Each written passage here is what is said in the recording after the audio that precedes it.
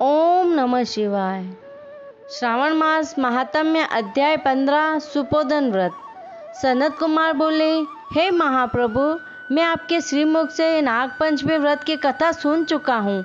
हे देवादिदेव, अब आपके श्रीमुख से षष्ठी व्रत के विषय में भी जानना चाहता हूँ। यह कौन सा व्रत है और यह कैसे किया जाता है? शिव बोले, हे सनत कुमार, श्रावण मास में शुक्ल पक्ष की षष्ठी तिथि को अति उत्तम महामृत्यु विनाशक जो व्रत किया जाता है वह सुपोधन व्रत कहलाता है। शिव मंदिर में अथवा घर में ही महादेव की पूजा करके दाल आटे भात का नैवेद्य जिसमें नमक और आम का साग हो रखना चाहिए। ब्राह्मणों को नैवेद्य पदार्थों का ही बायन दे। विधि अनुसार यह व्रत करने वाला प्राणी पुण्य का भागी होता है। इसकी एक कथा इस प्रकार है। पूर्व काल में रोहित नामक एक नरेश हुए। उनके कोई संतान न थी। पुत्र प्राप्ति के लिए उन्होंने भीषण तप किया तो स्वयं ब्रह्मा जी अवतरित हुए। वे नरेश से बोले, हे नरेश, तेरी किस्मत में तो पुत्र है ही नहीं। राजा ने पुनः व्रत किया तो ब्रह्मा जी फिर आए और बोले, हे राजन, तुझे एक अल्पायु पुत्र ही दे रहा हूँ। राजा ने सोचा कि बंध्यापन तो दूर होगा और पुत्र न होने से मिलने वाला अपयश भी हट जाएगा। ब्रह्मा जी के वरदान स्वरूप राजा के यहाँ पुत्र उत्पन्न हुआ। नरेश ने जात कर्म आदि अन्य अनुष्ठान हर्षित हो मनाए। राजा और रानी ने अपने पुत्र का नाम शिवदत्त रखा। थोड़ा बड़ा होने पर उसका अपनयन संस्कार भी कराया। मृत्यु के भय से राजा ने उसका विवाह नहीं किया। 16 वर्ष की आयु में उस ब्रह्मचारी बालक का देहांत हो गया। इससे राजा रानी अति चिंतित रहने लगे, क्योंकि ऐसा समझा जाता है कि जिस वंश में ब्रह्मचारी बालक की मृत्यु हो जाती है उस वंश का समूल विनाश हो जाता है। सनत कुमार बोले, हे प्रभु, हे जगतपति, मृत्यु के भय से बचने का कोई उपाय है तो मुझे बतलाइए। भगवान शिव ने कहा, ब्रह्मचारी हो तो अर्क विधि से संयोग कराकर ब्रह्मचारी तथा पेड़ को मिलाकर नाम तथा गोत्र बोले, तब यह बोलना उचित है, मैं मरे हुए ब्रह्मचारी की आत्म शांति हितार्थ नैसर्गिक व्रत करता हूँ। प्रथम तो स्वर्ण से अभ्युदय कर अग्निस्थान एवं आधारवाज्य संज्ञक तथा अन्य आहुतियाँ दे। हवन के पश्चात व्रत के अनुष्ठान हितार्थ फल पाने के लिए व्रत धारक अग्नि एवं विश्वपति का घी से हवन करे। स्विष्टकृत हवन के पश्चात होम करना चाहिए। हवन के पश्चात यह बोले, मैं अर्घ शादी करूँगा। स्वर्ण द्वारा अभ्युदय करके पीपल की टहनी और शव को हल्दी तथा तेल से लेप कर पीले सूत से लपेटे। शव को 2 पीले कपड़ों से ढक दे। अग्नि जलाकर विवाह पद्धति से आधारांत हवन करने के बाद अग्नि बृहस्पति नाम की 4 व्याहृत्य से हवन करके स्विष्टकृत संज्ञक होम करके इसके बाद कार्य को पूरा कर दे। नियमानुसार पीपल की शाखा और मृतक शव का दाह कर दे। मरा ना हो परंतु मरणासन हो तो यह व्रत 6 साल तक करे। 30 ब्रह्मचारियों को नई कौपीन तथा प्रत्येक को 1-1 हस्त लंबा या कर्ण मात्र का कृष्णाजिन दान करें। उन्हें खड़ाऊ, छाता, गोपी चंदन, मणि, ग्वाल, माला तथा आभूषण आदि भी प्रदान करें। इस क्रिया के करने से कोई बाधा नहीं आती है। शिव बोले, हे पुत्र, तब नरेश से इस विधि को ब्राह्मण से सुनकर सोचा कि यह विशेष अर्क विवाह मुझे बिल्कुल भी नहीं भाया है। विवाह का प्रधान होना ही ठीक होता है। मैं तो नरेश हूँ, परंतु इसे कोई अपनी पुत्री देगा तो मैं उसे अनंत रत्न व आभूषण दूंगा। उसी नगरी में एक ब्राह्मण का निवास था। उसकी दूसरी पत्नी अत्यंत ही कुटिल और चालाक थी। उसकी प्रथम पत्नी का देहांत हो गया था। उसके लालच में आकर राजा को अपनी मरी हुई सौत की कन्या, जो केवल 10 वर्ष की ही थी, शादी के लिए दे दी। राजा ने बदले में उसे 1 लाख रुपए दिया। राजा के कर्मचारी उस लड़की को शमशान भूमि में ले गए, जहाँ पर राजपुत्र का शव रखा था।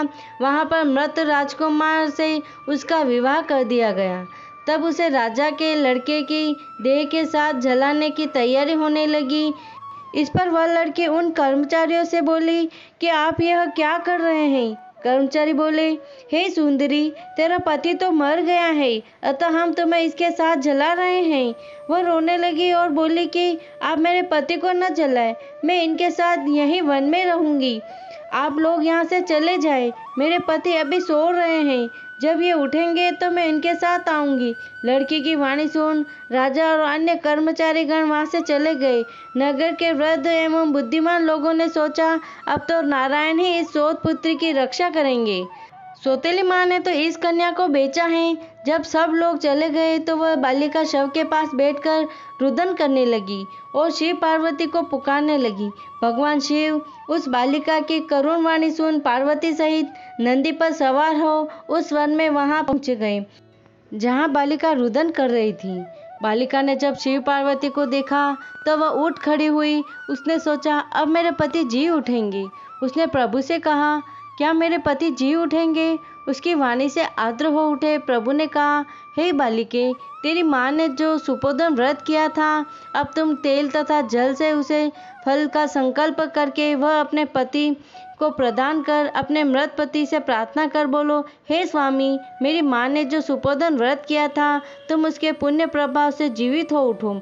बालिका ने महादेव पार्वती के आदेश का पालन करते हुए उनके द्वारा बतलाई गई विधि का पालन कर संकल्प किया और तेल जल अपने मृत पति को प्रदान किया तो उसका मृत पति शिवदत्त उठ बैठा। शिव पार्वती बालिका को सुपोधन व्रत करने की सलाह दे अंतर्ध्यान हो गए। शिवदत्त ने उस बालिका से पूछा, तुम कौन हो और यहाँ क्यों आई हो? बालिका ने अपने पति को जो जीवित हो उठा था वह सब हाल कर सुनाया।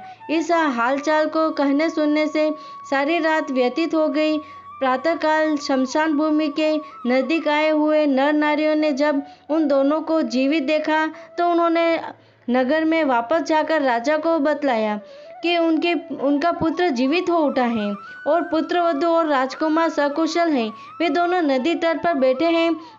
नरेश यह सुनकर अति हर्षित हुआ और वह दल बल और गाजे बाजे सहित नदी के तट पर उन दोनों को लेने जा पहुंचा। जनता ने ही भी हर्षित हो राजा की स्तुति की और उनको बधाई दी, परंतु राजा अपनी पुत्रवधू पर अत्यंत ही प्रसन्न था क्योंकि उसकी प्रभु भक्ति से ही उसका पुत्र जीवित हो गया था। राजा ने जनता से कहा, हे नगरवासियों, मैं तो एक अत्यंत ही तुच्छ जीव हूँ। आप सब लोग भी मेरी पुत्रवधू की स्तुति करें क्योंकि इसकी प्रभु भक्ति से मेरा पुत्र पुनः जीवित हुआ है। तब राजा और रानी ने अपनी पुत्रवधू और पुत्र को गले लगा लिया। नरेश ने प्रभु की पूजा अर्चना की और विद्वान ब्राह्मणों को दान दक्षिणा दे विदा किया।